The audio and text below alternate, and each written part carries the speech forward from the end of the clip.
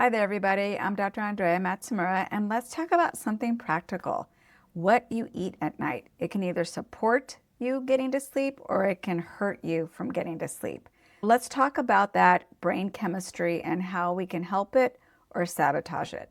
This isn't about biohacking. This is all about physiology and how food works in our brain and in our body. First of all, in order for us to sleep well and set ourselves up for success, we want stable blood sugar. We want adequate tryptophan availability. We want melatonin signaling. We want low physiologic arousal. So if you spike glucose or stimulate cortisol or irritate your gut or activate other centers in the brain that help us get to sleep, then you end up staying awake. Food is not neutral necessarily. There are some foods that can stimulate and spike wakefulness, and then there are foods that can help you fall asleep. Kiwi is one of them, and there's actually some published material about this. There was a study that showed that 2 kiwis before bed has been shown to improve sleep onset and duration. It really helps because it contains serotonin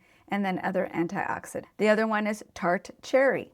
So tart cherry helps to increase melatonin. A small glass of unsweetened tart cherry juice or from concentrated and diluted water can help bring on sleep. The third one is complex carbohydrates with some protein combo. For example, oatmeal with some almond butter or Greek yogurt with some berries or cottage cheese and a sliced pear. Those are all great examples of combinations that really help to put people to this sleepy state. And why does it work? Because carbohydrates can increase insulin slightly, which helps tryptophan cross the blood-brain barrier. And then protein, it provides that tryptophan. So a couple more: pumpkin seeds, rich in magnesium and tryptophan, a small handful.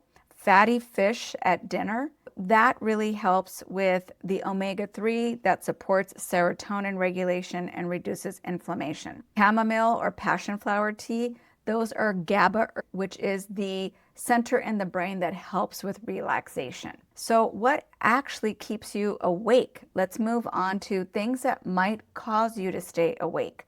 So the big one, alcohol. It's not a sleep aid. It sedates the cortex, but it fragments your REM sleep. While you might end up falling asleep, you end up waking up a lot the second half of the night. And that second half of the night is when we do most of our dreaming.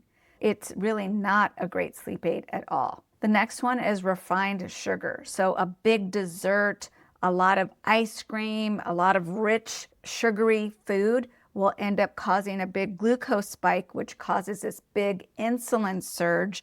And then you end up having this reactive drop, which causes cortisol to bump, you guessed it, between 2 and 4 a.m. in the morning.